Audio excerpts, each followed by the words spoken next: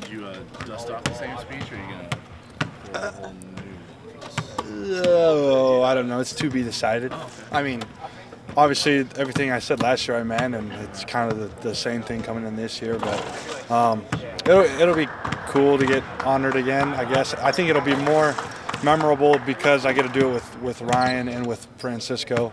And with Francisco being my roommate, obviously we're pretty close. So that'll probably be great. And my whole family gets to be here tomorrow, which only my mom and dad were here last year. So I mean, there's more finality to it this time too. Yeah. So I imagine you might savor it a little differently. Yeah, 100%. You know, obviously last year didn't necessarily know what the plan was. Kind of went through it just in case.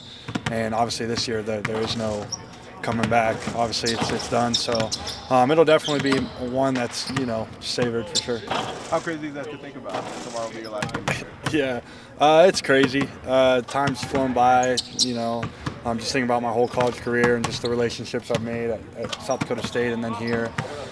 Francisco and I were just talking about back there. This is our last practice here, which, it's crazy to think about coming in 2 years ago. So.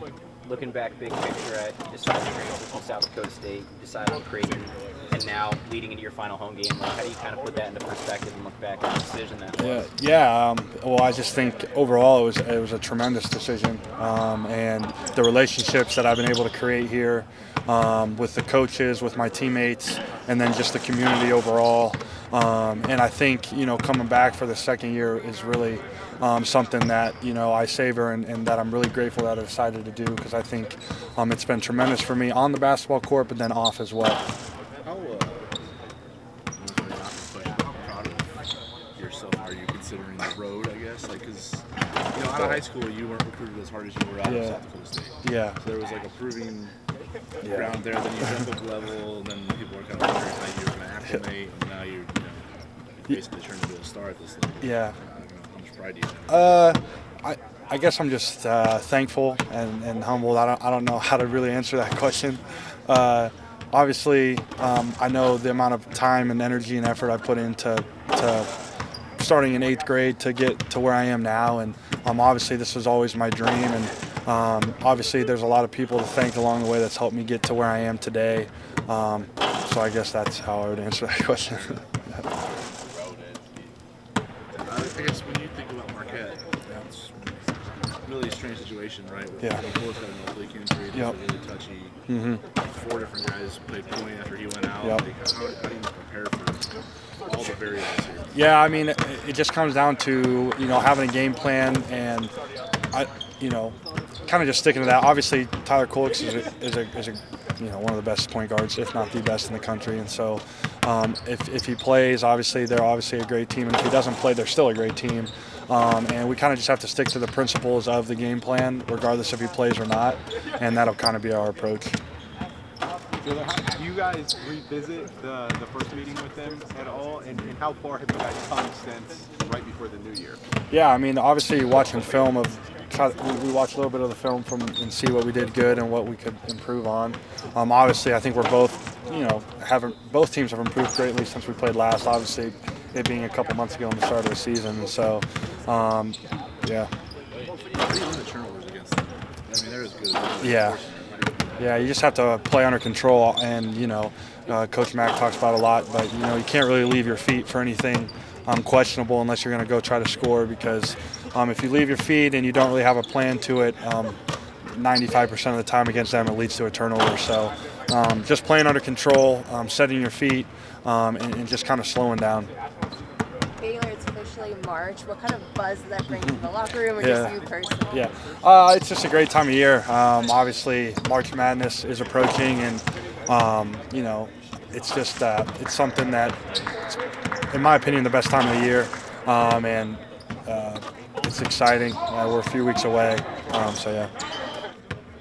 Stephen, the list of senior honorees came out, and notably didn't see your name on there. Anything that you want to say or anything decision-wise that you're looking at beyond tomorrow? It's a really good question. Spoke with John McHugh about it, and I still have eligibility remaining, which some fans may or may not actually know. So I do have an extra year, and haven't quite decided, still undecided. Haven't graduated is another thing, and so education is obviously very important to me and my family, and I'm not in any hurry to leave Omaha with how great it's treated me and my wife, and so we'll see after the season. Still a lot of things to decide and have a lot of aspirations to play professionally, and so if the opportunity comes, I'm not saying I won't take it. There is that chance, but at the same time, there could be another season here in Omaha, and with there being eligibility, I felt like I'm not really a senior yet, so there's my answer. How do you kind of handle what tomorrow could be? Whether it could be your last, it could not be. How do you kind of handle that stepping in here tomorrow? Yeah, I mean, playing college basketball a few years now, you deal with senior nights, and whether it's yours or not, your last game, it's one of your last games with some of your teammates in this arena, and so I understand that wholeheartedly, and so being able to use those emotions for our benefit tomorrow will be something that we hope to do, and it's going to be an emotional, I would say night, but it's afternoon. Understanding like Baylor Schreiber, prime example, this is his last one. He doesn't have any eligibility left, and so whether I come back or not, this is the last time I play with him in CHI. So all those types of things are emotions you feel, and you just try to approach it with gratitude and a thankful heart for sure. Thanks. Thank you. Microphones up for me. We got you out with 15 seconds. What have you told Baylor and Bello in particular about what these kind of last days in this arena might be like? I really don't like talking about it because it's hard to talk about. And Kalk too. You know, he's going to have some decisions to make, but I think his mind is where it needs to be. But you know, those guys have meant so much to this program, and in different ways. You know, Bello's selfless approach. You know, never been a starter. And I mean, how many transfers come in and are 6th or 7th man for 2 years and never say a word? They're just very grateful for the role that they have on our team, and he really impacts his teammates in a positive way. And obviously, everything Baylor and Kalk have done kind of speaks for itself. You know, they've been terrific on the floor, but they've been great ambassadors for our program, for our university, for our community off the floor as well. You said a couple weeks back you hope people appreciate what they're watching in terms of Baylor, Trey, Kalk, all that. How fun has it been for you to watch them, and what's going to be your big lasting memory? Yeah, it's been awesome. I mean, obviously the run last year was really special, but you know, the year before too, and that was before Baylor and Bello got here, but Kalk was certainly a part of that. But just, you know, the way Bello and Baylor have come from other places and really they've not only fit into our culture, they enhanced our culture. And you know, they're great basketball players, but they're better people. So you know, I'm gonna have a lot of great memories, and you know, we'll be friends for the rest of our lives, and share. You know, we've shared some pretty incredible moments together. Coach, how has these seniors challenged or changed you as a coach? I don't know. I mean, there isn't a lot of challenges with this group. They're just fun to be around every day. They've got a great sense of humor. They don't take each other too seriously, and you know, they give it to me just like I give it to them. So that makes it kind of fun. But you know, you learn to appreciate what they bring, because it's hard to have a 5th-year senior coming off your bench. There's not many teams in the country that have that benefit. And then for what Baylor's done, you know, and Kalk, you know, watch. And I said it at the luncheon today. The era of college athletics that we're entering, the days of seeing someone come in that could only play a minute and a half because he got fatigued so fast as a freshman and wasn't strong enough to be out there. To watch Ryan Kalkbrenner grow and develop right in front of your eyes, you know, a guy that wouldn't say 2 words as a freshman, and now he's pretty comfortable in his own skin. That's pretty cool for fans, and you know, that's what college athletics is about, and I think that's what fans enjoy. I'm fearful that those days are going to come to a close because people don't have the patience to play 11 minutes as a freshman and not know for sure what's going to happen as a sophomore. If Christian Bishop doesn't transfer, who knows what happens as a sophomore? You know, he doesn't play 30 minutes a game like he did. So, you know, just appreciate his development. I hope our fans understand that what they've seen has been pretty special. Zach, did you watch the second half of the last Marquette game? And if so, how do you kind of prep for Marquette with or without question mark Tyler Cole? Yeah, I mean, obviously you watch all of that. You know, I thought we did some good things. We had some really uncharacteristic turnovers, like fumbled the ball a couple times and a couple travels that were unforced. And we have to clean up the live ball turnovers. That's where they can really get you and try to get them off the glass. But we'll prepare for Tyler, and then we'll adjust if he doesn't play. There's not a ton of film out there without him on the floor, so trying to anticipate.